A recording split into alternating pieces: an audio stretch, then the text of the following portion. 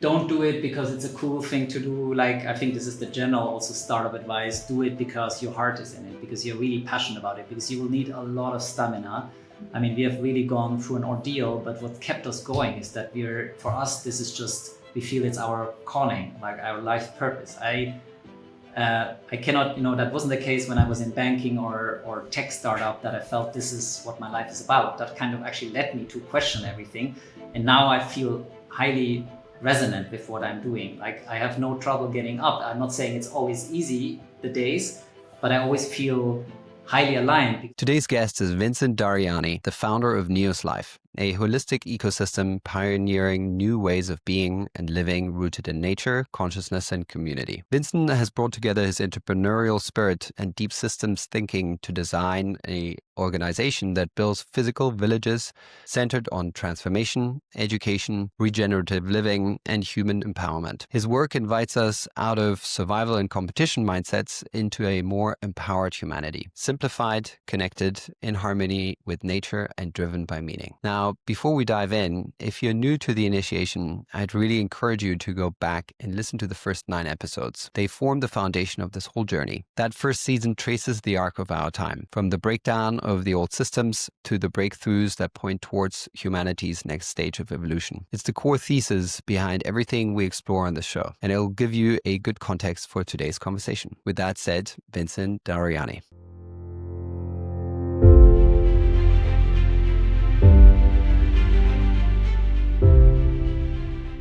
Welcome back to the initiation, this time with my good old friend Vincent, which I'm very happy about that you are joining us today. Vincent is one of the founders, or the founder, of Neos.life, a super interesting project, community project, real estate project in Portugal that recently purchased its land and went over the hump of being able to kind of go live. You had your first retreat just recently, I heard. And yeah, so I'm really excited to have you here and would love to maybe get us started, just for you to introduce us to Neos. What is the vision? What are you guys doing? Thank you, Sebastian. It's great to be here. Neos, yeah, Neos.life stands for New Earth Operating System. And the vision is to create a full ecosystem, really a village, for what we call a new way of being. That is a self-empowered, happy, thriving way of being, in harmony with nature, each other, and ourselves. We believe that we have everything to live beautiful, thriving lives, and do so independently and self-sufficiently. And the vision and the goal is to bring all of that together in one place. All of the practices that we know, from everything from personal transformation, healing, well-being, to have our own food, water, and energy, to regenerate the land and soil, to live in harmony with animals and nature, all of that in one place. And for people to be able to come, visit, stay, and even live, and also learn, and then people be able to go away and create their own version of Neos lives around the world. And then if you really do that well, that maybe one day we all live like that, in this self-sufficient, empowered, independent, free way. Beautiful. And so how did you get to this project? What was your path towards it? The short version of it is, I used to be an investment banker in London for 7 years and a tech entrepreneur in Brazil for 6. And I had a falling out with my co-founder in that tech venture, and it led me to leave the company, to move to New York. And I thought, I'm going to start another tech startup. Would have been my third rodeo, so to speak. But I woke up every morning asking myself, why did we fight? Who am I? Why do I want to be successful? Why do I want to make money? Why do I want to build a company? What's the point of all of that? And I realized I don't have any answers. And then I looked around and realized also my peers don't seem to have answers. And I said, how can I make a choice, big decisions in life without knowing why I'm doing it? And so that kind of started my what I didn't think of it as, but it ultimately became like a truth-seeking, consciousness-seeking, spiritual journey. But at the beginning, it was a simple question, what is life about? How do I live a happy life? How do I live a healthy, fulfilling life? And then it led to a 10-year journey that ultimately led to over many, diversions, or maybe not diversions, but many it was a very long winded path that led to Neos.life, which is really the synthesis of this whole journey. Okay. And like in that 10-year long journey, how soon or how long ago would you say the idea of creating a physical space, a community place emerged? Yeah, I remember it was one of my first kind of personal development seminars that I did in London, and we had a visioning exercise, and we kind of needed to climb a mountain along our life path. And then at the peak, it would be kind of a lot like what's the purpose of our life, or what's the goal? And there I just saw a village. At that point, I thought it's going to be on a Greek island. I love the Greek islands, where we have our own island, and it's like an educational center, research center, all for kind of the new humanity, kind of a new way of being. How can we live well? How can we stop fighting, as not just as countries, but as individuals? Like, how can we kind of stop the inner war? And so that was, I think, in 2017, so 8 years ago. And then it was such a big vision. I wasn't even, I wasn't ready to start that. And I was still in my exploring journey, learning about myself and understanding myself. And then I think it was around 3 or 4 years ago, kind of the name Neos came to me. And what happened is, New Earth by Eckhart Tolle. And then I thought, okay, we need to create a new Earth. But we need really a foundation, like an operating system. It's kind of the nerd in me. It was like thinking operating system, like a computer. And so that was Neos, then it became Neos. And then obviously, being me, I went immediately online, wanted to buy the domain. Neos.com, of course, was taken. So I was like, what else? Oh, Neos.life, that kind of makes sense. And then it became Neos.life, the project. And then ironically, or, serendipitously, it is also the life of Neo, right? Neos apostrophe life, which is about from the matrix and waking up. And really, this is what the project is about. It's about raising consciousness and switching from fight and fear and scarcity into abundance, and being empowered and raising our consciousness, and ultimately waking up and living a more self-empowered and beautiful life. Right. And what principles, or have you already defined the value system, or what's the sort of cosmology of Neos that will eventually lead to a hopefully more wholesome life? Yeah, we have a whole value system, and that my co-founder, who I met in the process, actually it's a nice story how this kind of project started. Because this was such, when the name came to me and the vision, I had no idea really how to start and where to start. I like to joke, I never owned real estate until I bought 410 hectare. And so what happened one day, I was at the airport flying back to Lisbon, and that's now, I think 20 months ago. And I was standing in line boarding the plane, and I was the second last person in line. There was one person behind me, a woman, and she touched my shoulder and asked whether I'm Vincent. Turns out I didn't know her. It turns out she was a reader of my newsletter, and really, the chances are very, very low, because most people at that point of my newsletter I knew, readers of my newsletter I knew, and then there were not that many. So it was like, I think the chance of being struck by lightning is higher. So in that moment, I was awake enough to realize there's something special happening here. So I kept talking to her and asking her. And so it turns out, as we walked towards the plane and talked, that she also has that vision. Like, she asked me, what's your vision? I talked about Neos.life, and she also wanted to build a village, or was dreaming of a village at least. And then at the end, as we board the plane, she asked, like, what do you need? And I said, well, I guess we need the land to start. Well, 10 days later, we stood on this land that we recently bought, and it's the only piece of land we ever looked at. That's the crazy thing. I know many people who want to build community and have been looking, and it's really hard to find something that works across the board, right? The location, we are close to a big city and international airport. We have a lot of water. We have beautiful woven hills. We have existing infrastructure. We have existing tourist license. We have an airstrip.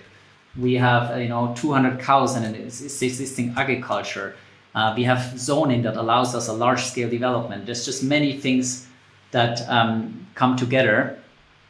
And now I have to admit, I branched out in this. And then my co-founder, and so this was on the 23rd of October 2023 that we met at the airport. And on the 23rd of May, 7 months later, to the same hour, I had my first call with my now co-founder, and we were just introduced because we were both working on similar projects, and there was this idea maybe we should join forces. And we had a conversation, and we didn't really talk about the project. We just talked about our journeys, our spiritual journeys, consciousness, what we have learned, and what we're dreaming of creating, what we're envisioning.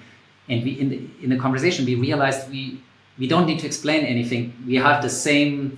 We think, you could think of us like, well, I mean, brothers and sisters can be really different, but it felt like we come from the same place. We have the same vision. It doesn't need to be explaining. And then it became very quickly clear that we are meant to work together.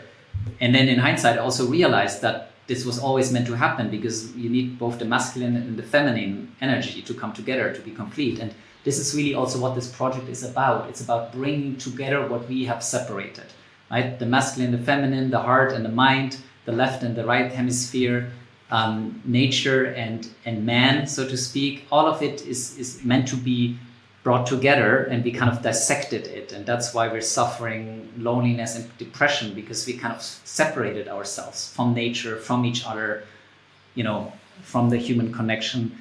And so like these divine timings, right? Like I wasn't looking for land, and then the land was there. I wasn't looking for a co-founder, even though I was hoping, I wouldn't have to do it myself.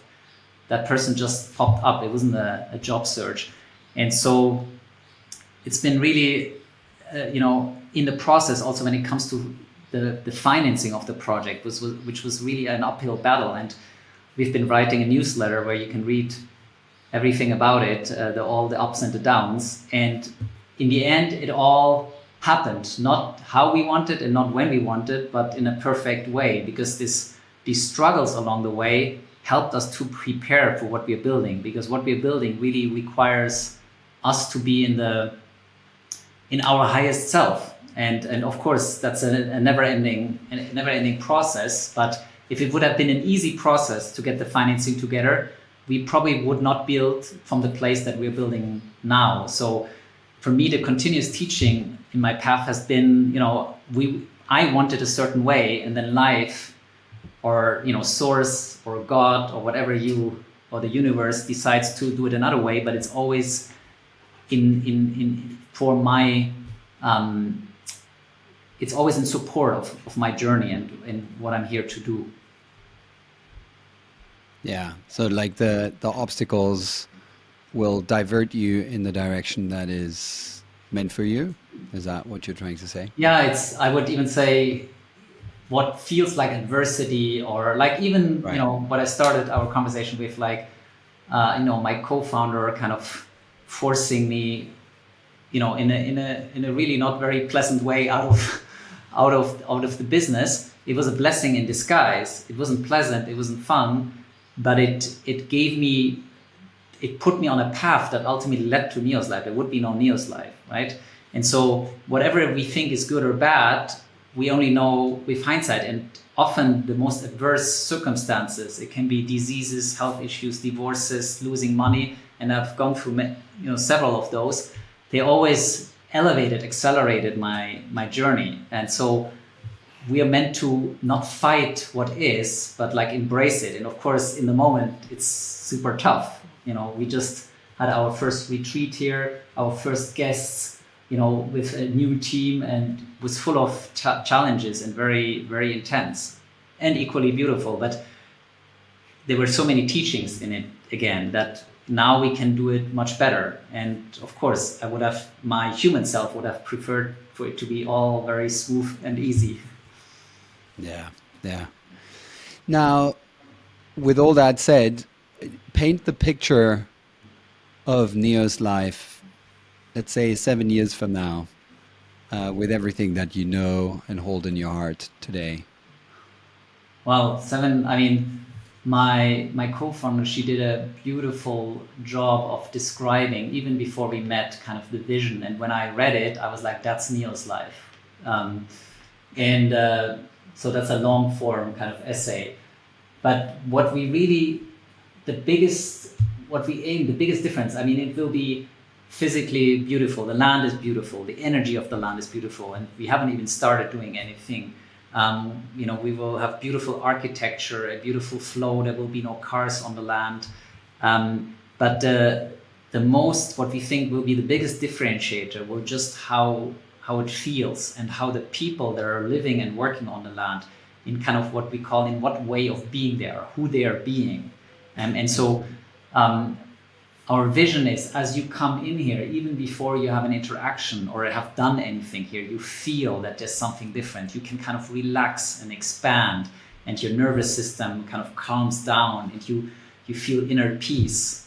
And to kind of really show us that there is a different way than how most of us operate all the time in this kind of stress-driven, anxiety-driven, fear-driven, worry-driven, whether it's about money or job or power or making this a certain future, creating a certain future. We are like always the mind always takes us to this place that this could go wrong, that could go wrong, and that then creates our way of being, and that creates a lot of the conflicts we then find ourselves in. And so the vision is here to create a space where that helps us, that a culture that facilitates us to kind of get out of this kind of fight and flight and victimhood that we often write. This person did this to me, the government does that to me. That might be all true, but the question is, how do I respond to it? Like, do I go into victim?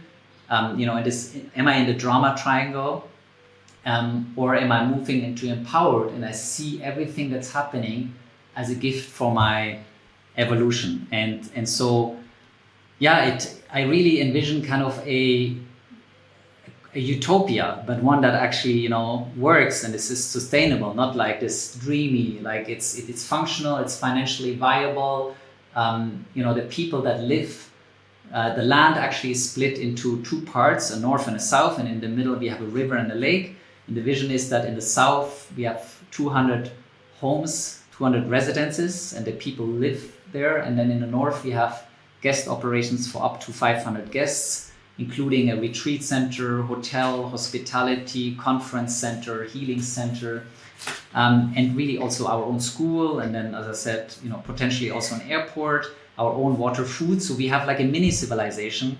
And when there's a lockdown or whatever happens in the world, supply chain breaks down, the power is cut, all of the things that we recently experienced, it doesn't affect us. We are fully self-sufficient. We're not disconnected from the world, but we're independent from all the central structures.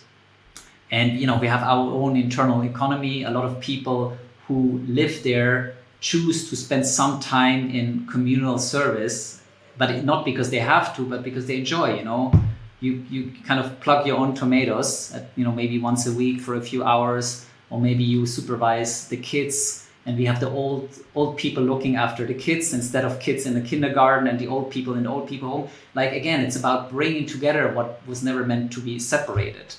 And when we do that, I think we can create this kind of, this kind of community tribal experience, but that still allows everyone to be in their own freedom and space. It's not about we all holding hands and singing Kumbaya every evening together. It's not that, in that sense, an intentional community. The vision is to create something that's appealing to most people today, to my former self. I always like to say the investment banker is coming here one day with kids and family just for a weekend, and then he asks himself or herself, why don't I live like that? That's the vision.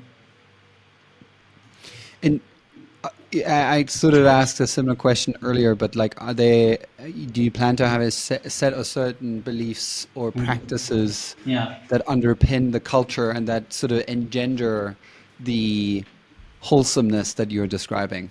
Yeah, I mean, I invite people who are interested to go to our website, Neos.life, and look at our values. And my co-founder is kind of like has spent a lot of time thinking about how to exactly articulate. We have written initiated a 70-page codex, and she's much better primed at articulating it. But if I had to summarize it, it's really about the core of it is kind of raising our consciousness and switching from kind of external authority and being to inner authority and trusting what, might be sound funny to some people, what our heart kind of guides us.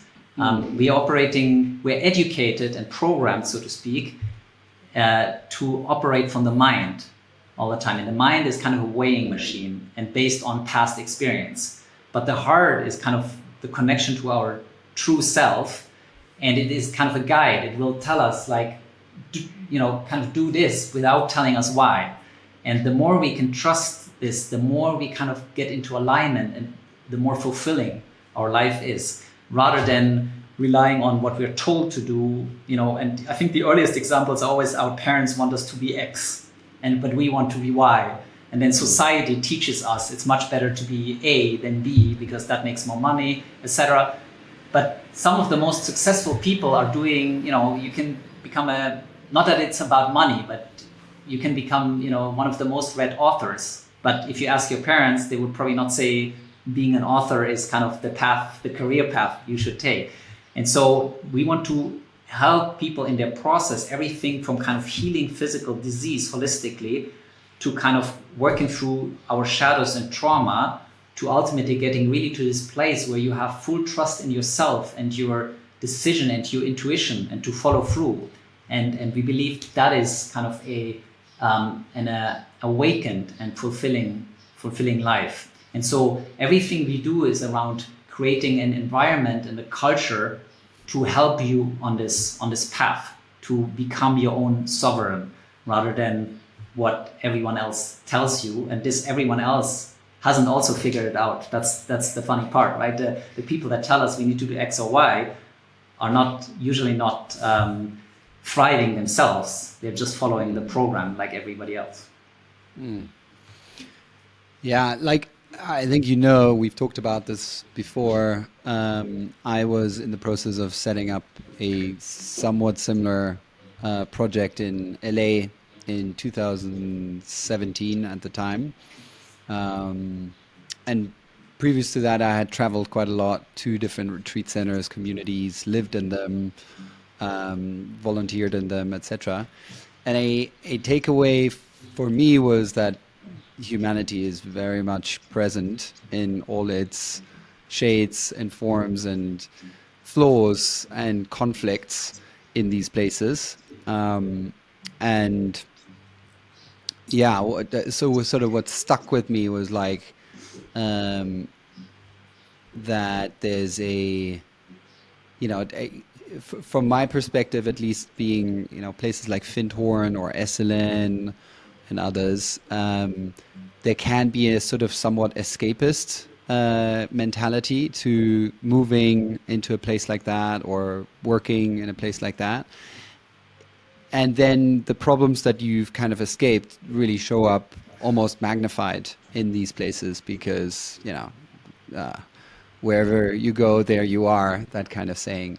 So yeah, I'm just curious. And obviously you guys still have a long road ahead of you to really define that and hone that in. In Esselen, for instance, they have a lot of circling practice to sort of metabolize and chew through conflicts. I think Findhorn something similar, but yeah, I guess some shared practice could potentially eventually be helpful. That is unique to Neos.life. Because at the moment, yeah, it sounds super like aspirational, but like to also have something very concrete that is uniquely yours could potentially be very interesting and potent. Yeah, absolutely. I mean, we are, I think, very, very aware that building something, what we are set out to build, is fraught, full of challenges. And my co-founder, she spent, the best part of the last 20 years, like also immersing herself in many communities, making a movie about eco-villages, writing 4 books. So she's been on a big journey and has done a lot of work. And we, as part of the whole process, we will develop our own retreats and kind of, a lot of the frameworks that help us have already been developed, and then it's about putting them in practice and making them really part of the culture. And I think, if I had to summarize it, is the most important is that Karen and I are leading by example. So so we have to live up to the highest standards, which is not easy given all the challenges that this project brings with it. Everything from fundraising to leadership, people management, hiring, legal, all the aspects. There's a lot of stress, a lot of challenges. Just the realities of life in 3D and the physical realm is just full of constraints, or at least perceived constraints. And so being always kind of centered, calm, kind and compassionate is but that is really what we believe the invitation for the project, and that's the only way we can make it a success. Is like, if we are first and foremost in service of this project, rather than we are the CEOs and we tell everybody how to do it. No, it's the opposite. We're serving everybody who comes, and to never forget that, and to never come into this kind of guru, or to always stay grounded and humble and patient, all of that. So we believe that, and then of course we need all the kind of practice and principles that help communities to thrive, because we can be, let's say we are really successful in that, but there's other people who are really creating a lot of noise, etc. So we need to have frameworks in place. And the beauty is, like, we just with together with the acquisition of the land, we got our first 25 what we call founding members that are future residents on the land, 25, so to speak, families, or 25 groups of people, and we already have regular calls with them. Some have already been to the land, some have never been to the land. And so now we believe the first residences will be start to build after the master planning and permitting is over in 2027. And then the first people might live on it the same year, because some structures will be simple, like a tiny house that can be instantly or within a couple of months. So now we have 2 years time actually to prepare. So by the time the first residents, whatever, the first 25 or the first 50 or maybe more come together, we already know each other. We have already met in person. We already spent time together. We have already worked through the frameworks. We have shared experiences. So I think often the challenges in the community is that, we come together, right? And then we say, oh, let's do it together. Then we buy land maybe together. And then suddenly we realize we're actually not aligned. And so we have a lot of time ahead to prepare and learn from each other. And that's also in a way, we have also a community attunement survey, which is a questionnaire of 37 questions where you can kind of assess, does it feel good for me? And so we create more and more tools. We have the codex that we are developing. So we have all the newsletter and website and decks that we've created. So there's a lot of content out there for people to feel into. And that's also kind of what created the response for people that are interested. They looked at all of this and said, like, I really like that really, and those are the people that we're looking at this early stage. And then as things get more concrete and people live here, you will be able to come and experience it. And anyway, now I took a big... Yeah, I get the idea. And the people that have signed up so far, or the people that you're looking to sign up, are they going to be full-time residents? Is that meant to be their primary residence? So what we are looking mainly for now is people that want to spend the majority of the time. I mean, of course, our expectation is not for you to be 365 days here, but to make this their primary home. But we also have people that are just excited about the project and wanted to support it, and they haven't made the decision yet whether they're ultimately going to be living there or not. we will have different programs. The idea is, of course, that we don't have 200 houses there that are empty, that people just bought for investment purposes. Sure. The idea is that we have an active living community, meaning, you're present there. It doesn't mean you have to participate in communal activities, but you live there. And but that doesn't mean all the time. And we kind of defined it initially as, you spend more than 6 months there. But we're also looking at, what we call a part-time membership, PTM, where you kind of share a house, for example, with, a group of people, you co-invest, and then we just don't want empty house. The point is we don't build this village that it's empty then. That's not the point. But otherwise there's a lot of flexibility. But of course, people that are now coming are people that are mostly excited to spend the majority of their time there. Wonderful. And in terms of the land, I've personally recently come across the idea of sort of place-based wisdom, and how, the universal idea of sustainability, sort of one size fits all across all ecosystems and economies, is kind of bound to fail. And the idea of tipping that on its head and really sensing and feeling into the unique needs and opportunities and properties of different places, and sort of really listening to the kind of medicine that the land holds. How would you describe your land? Like, what's the unique medicine of the place that you bought? Yeah, I mean, first just to pick up on what you shared, we really want as much as we can to let the land speak for itself. And we already felt of some of the things that we feel a strong pull to put in certain places based on what feels right.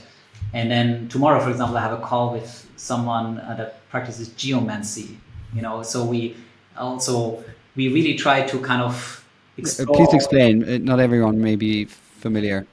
Yeah, I'm actually also still in the process of learning. I'm really curious what he tells me, but we were introduced to him by another project, someone we recently met that was visiting us, and they used him to kind of understand the placement of things on the land, based on energetics. And yeah, I will be able to tell you more tomorrow. Yeah. It was also a new modality that I didn't know about. That's also the exciting part of the project. We're constantly learning, right? Like I'm a student all the time. Like, as I said, real estate, everything. It's all really a startup journey. You have a vision, and then you take it you start 1, 2, 3, and just go and learn.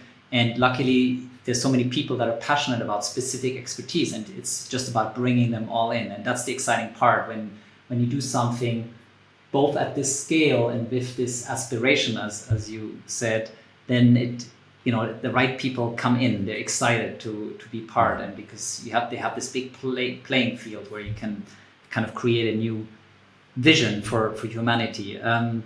So and then we have another team, land regeneration team, that's really good at reading nature. And then of course nature informs, like what you start with, where the water flows, and kind of, where do you put the food production, etc. So we actually want, again, what I've realized in my journey is that we kind of do everything the inverted way, mostly as humanity. We separate everything, we create solutions for problems that shouldn't exist in the first place if you wouldn't have separated things. And so here it's about bringing those things back together and kind of starting with nature, because we are nature. And so we're not meant to impose ourselves, but rather work with it. And so, we have a number of people in the team from over, as I said, geomancy, agriculture, land regeneration, bioautonomous housing, where the idea is to work with nature, how you orient a house, right? We are kind of just building a house, and then we build sun protection, and we put air conditioning in and heating systems. But if you do it right, you can have ventilation going through the roof, shade angling, etc., that the sun comes in the winter but doesn't in the summer.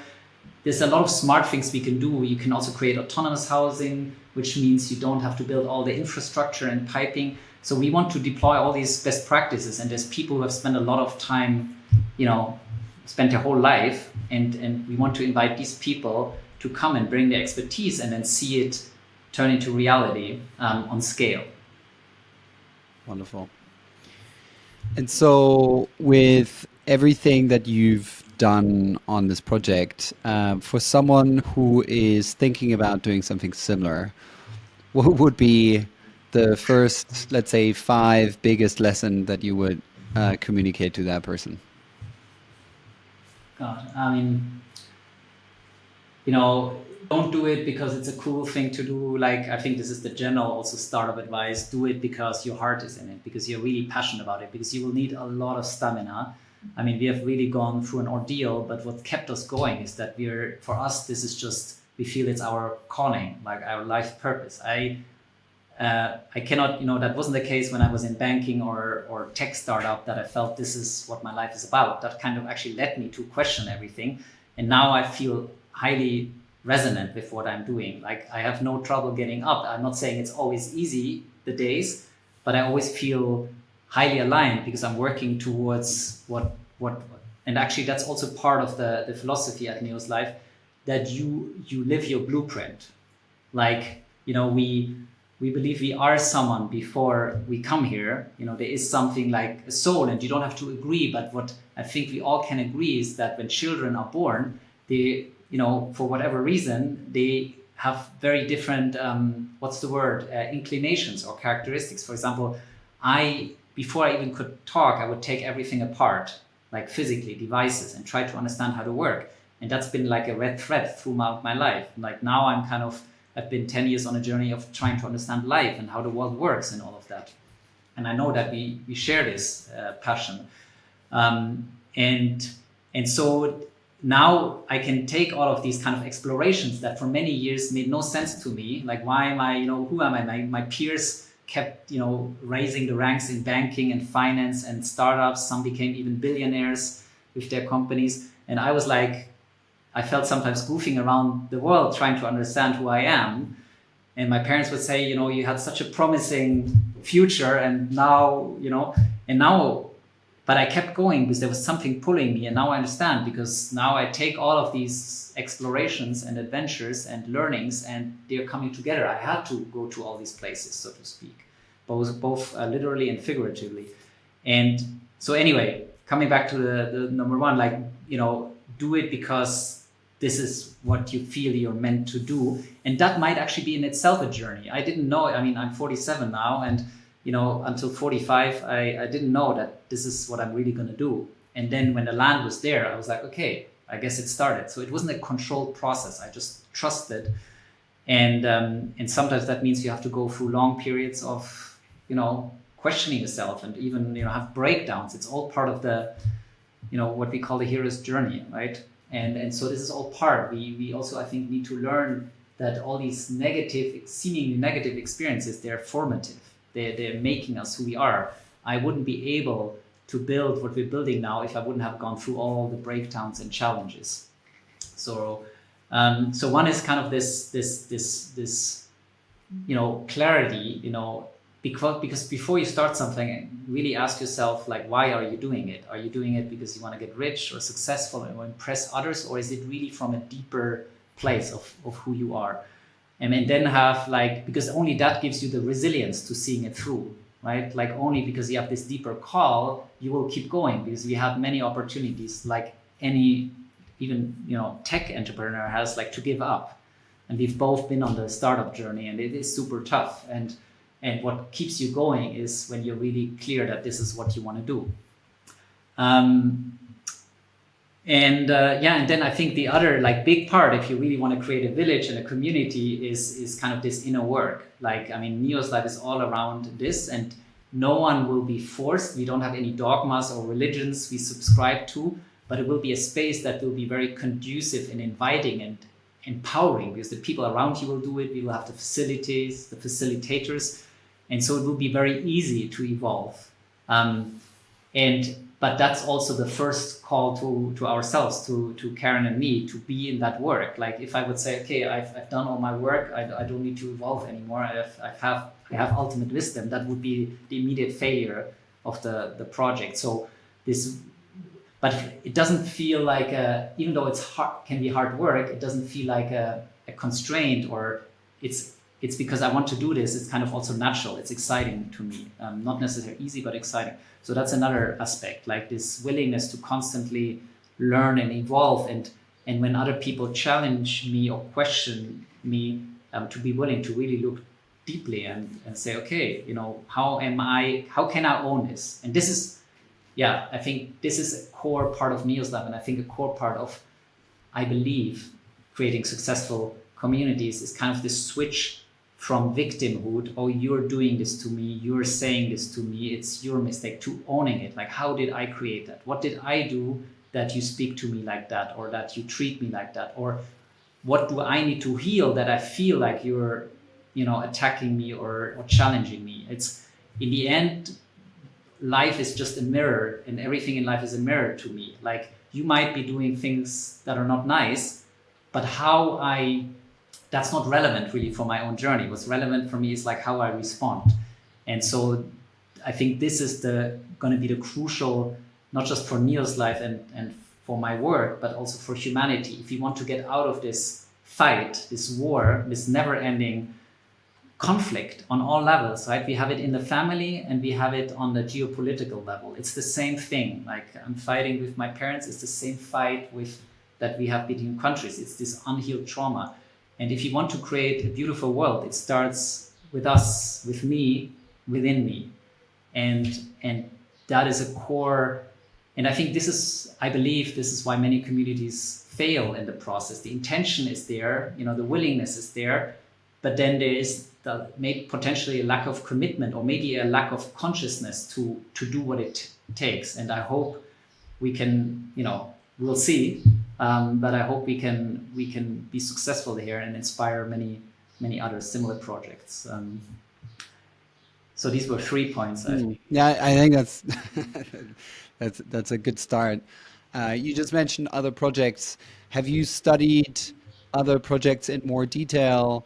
And if so, which ones? And then as a follow-up question, what do you see as like the difference between projects that are starting now versus the older ones? You mentioned the one in Portugal. Which one is that called? Tamara. Tamara, Findhorn. I mentioned Esselin, etc. So it's like 2, 3 questions within one, but curious to hear your thoughts.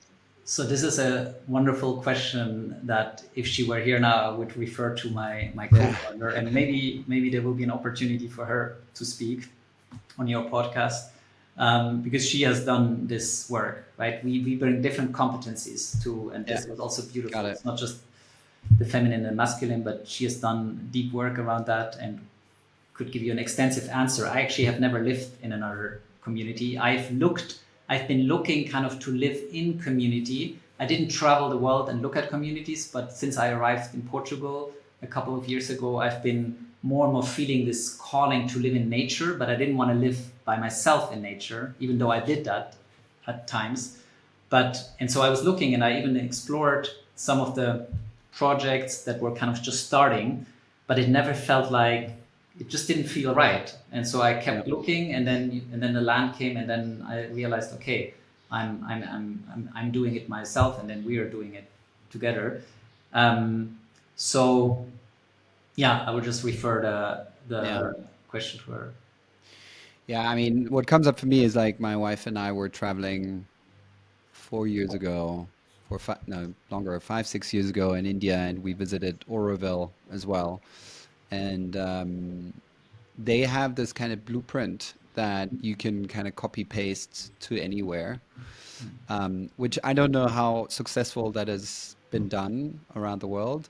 But we now live for the last 3 years in a town south of Cape Town where there is just sort of a intrinsic community feel. Places like that in the world.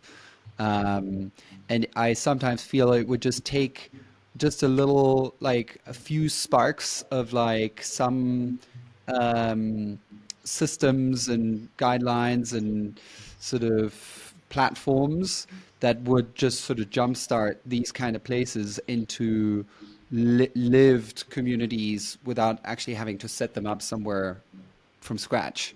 And I'm quite interested to identify Mm. what are these sparks that can then, like, topple them into, veritable, really shared, decentralized communities. I don't know if you have any thoughts on that, but Yeah. I think there's a bunch of places out there in the world that are sort of on the verge of, like, having qualities of what you want to bring about. And maybe there's even a version of you creating some guidelines at some point. Yeah, I mean, as I said, we have actually an extensive document that you can access through our website. We have kind of the Mm, highlights on our website. They're just phrased in the language of my co-founder. I sure. would articulate them, but we are super aligned there. And I think, funnily you mentioned Oroville because one of our founding members is actually has been coming from Oroville to in the Mm, future to live with us, and we have someone else that's interested. From what I heard, that Oroville is like a huge project, right? But has been yeah. going on for decades. But I think I heard they're going through some challenges, and I think this is also something that we have to be super aware of. Like we can start and do everything right at the beginning, and I've seen that with many communities, not necessarily villages, but communities that we also, I think some of them we've been both been part of, that kind of started beautifully, and then over time it became either too commercial or too extractive Mm, or leadership. So one thing I think is kind of building it, and then another thing is maintaining it. And when we look at successful, I don't know, communities in a wider sense, like I don't know, I would, for example, think Silicon Valley in a sense is a community. I mean, not in the sense what we are building, but there is a kind of group of people. I mean, in this case, millions or maybe hundreds of thousands, like in the tech world, that are come together. And so there's a shared way, like a shared value system, even, or a shared purpose of coming together. But I think it still is quite different. Like, I mean, I've been to Cape Town and I know what you're talking about. And then there's like places like Costa Rica and Bali, and there's in yeah. some form also happening in Portugal. I think it's different, something where people come for the same reason. For example, Portugal has attracted a lot of conscious people, a lot of people seeking a second passport. It has great weather, climate. It had some, great tax incentives. So all of that kind of pulled people here. And then, of course, the more people come together, more, it's kind of a herd effect, right? Suddenly everybody wants to come. But I think that is different to creating really an ecosystem, like, with its own, I don't know, I don't want to say boundaries, it sounds so negative, but in a sense of like its own, closed system, in a sense of that you have everything and you kind of living together, and with its own, um, yeah, value system and principles, and again, like we are very open. We want to make this exciting for the investment banker to the farmer, and from the local to the expat, and from the rich person to the poor person. And some people will live in a tiny house because they have to or because they want to, and others will have their 4-bedroom house. And we want to be able to show that we can all live together. That doesn't mean we all have to have dinner every night together, but for me, that's the success of the project, that we are a very kind of eclectic and multifaceted community, not just all kind of, all bankers or all tech startups or all farmers or Mm, all kind of mm, escapists. We actually don't want to escape. We just want to live more healthily, more happily, more harmoniously, mm. and evolve. And I think these are the kind of core components of our future residents and guests. Nice. Is there a component of connecting with the local community? Yeah, I mean, otherwise you just create another, like, I don't want to use the word ghetto, but like it's kind of like a gated community, and Yeah, you have plenty of these. Whenever you have a place that becomes popular, right, the foreigners come and they create kind of something that the local community cannot participate in. I mean, there's so many facets of the project, but one thing, of course, we will have to become a large employer, and of course that sure. has to come from the local community. And then we also want to have people, like, we don't want to have foreigners. I mean, we want to have foreigners. We want diversity. We want to have all kinds of Sure. nationalities. but equally Portuguese people and local people, both to work here, to be part of it, to partner with, and to be residents as well. But it will not be a forced process. We won't have any quotas or so. We will Yeah. just want to make sure that it, again, we are whole. They're just not pieces. Every as much as we can, everything will be reflected and welcome. Okay. So if you had to sort of travel back to when did you start this particular project now with this land? 2 years ago? Yeah, I mean Or the yeah, airport meeting was in October 23. October 23. So if you zoom back to that time, what would you tell that former self from the perspective of now? That's a beautiful question. Well, I think the good thing is the former self didn't know all the things that are going to happen, because maybe otherwise would have ran away. And I mean, the same thing is true for my past entrepreneurial journey. If I would have known how intense the journey is and the challenges, and I think most people start something would say that. But I would tell myself, relax. It's all gonna work out fine. And if it doesn't, then it's not meant to be, and something greater will happen. So this anxiety that I've taken through the process, luckily I've been able to shed it, because when you're under sustained pressure and the risk of losing the land, over and over and again, and all the investment, and in the end it works, then you kind of you learn to be peaceful with it, because you can't just be under stress. Otherwise you kind of get sick and die at some point. So that was the gift of this process. It just brought more and more peace, and also surrender and faith.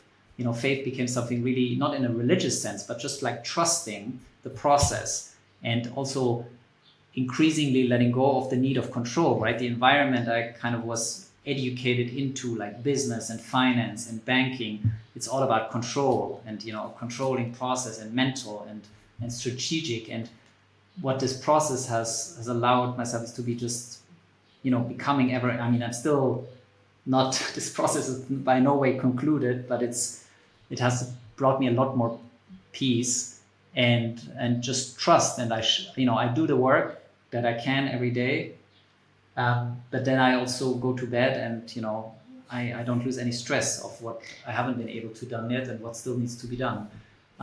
Because otherwise you can also not do such a project. You cannot sustain it. It will be full of challenges for the next 15 years.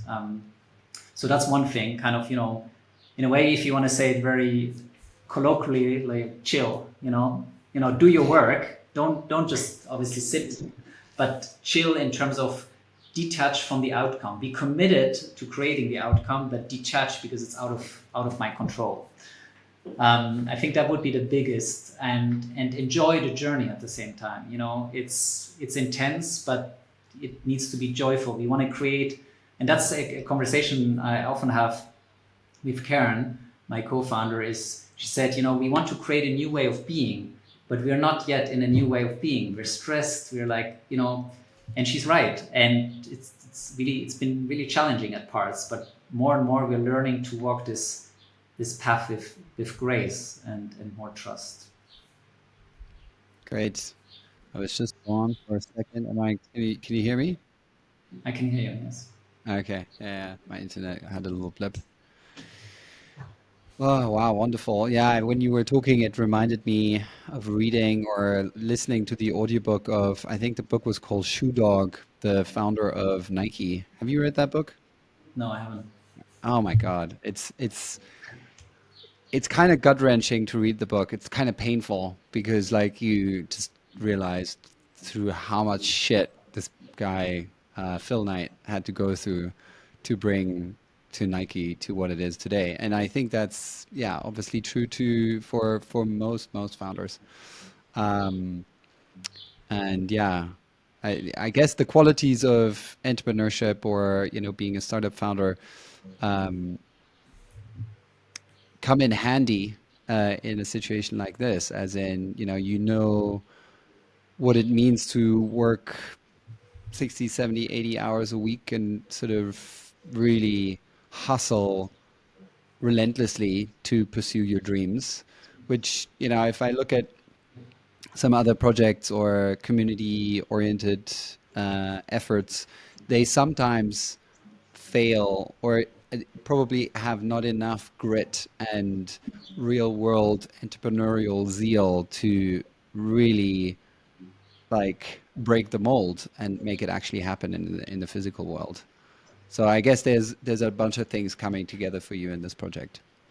Yeah, I think this is I think a fascinating question because the startup world and even back in banking, it's all done through mostly I think through force, right? Like you Mm. just push through and you fight, and that's what we're taught. That's the way to get it done. You do your 100-hour work week, and you just hustle, and that it does work. I think. I mean, we see it works, and there's no question. I think the at any entrepreneurial journey, whether it's a village or any company you build, you want to ask yourself, or I want to ask myself, is this what I want to do for the next 5 years? And I'm willing to go through the ups, or 10 years in this case. With the village, it's at least 10, if not 15 years. Am I willing to, in our case, but it's a pleasure to do that. But we're surrendering to everything. We surrender fully to the project. It's the only thing we're doing. We're not partying, we're not traveling, we're not socializing. Is all around the project,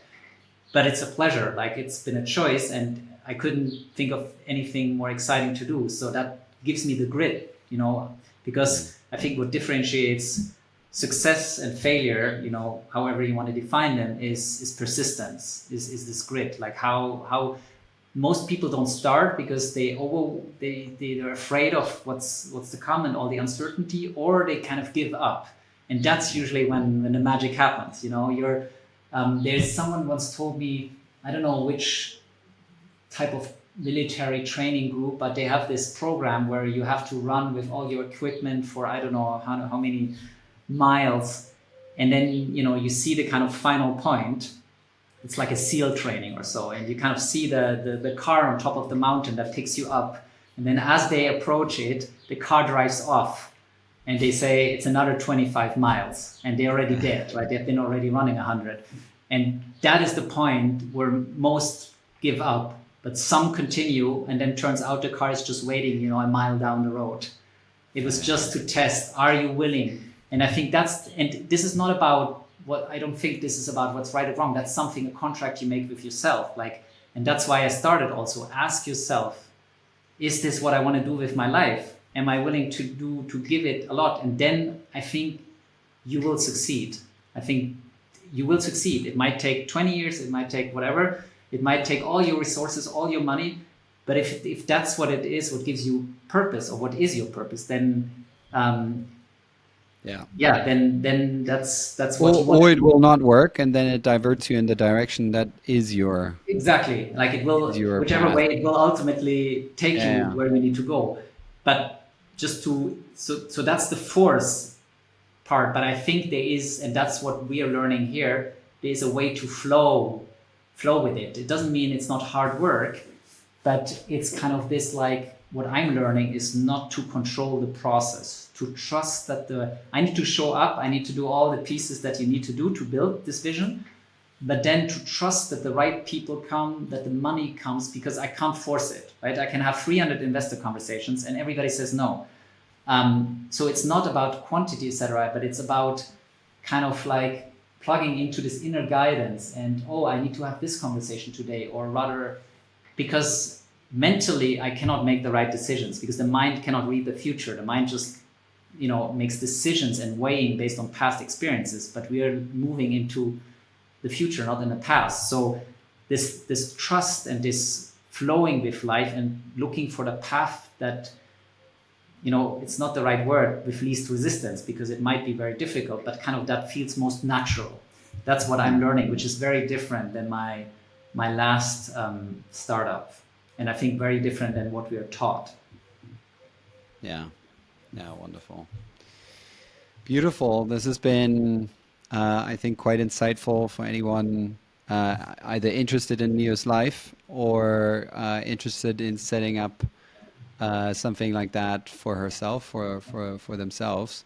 Is there any other thing that we haven't covered that you think might be helpful, insightful on in this context before we close?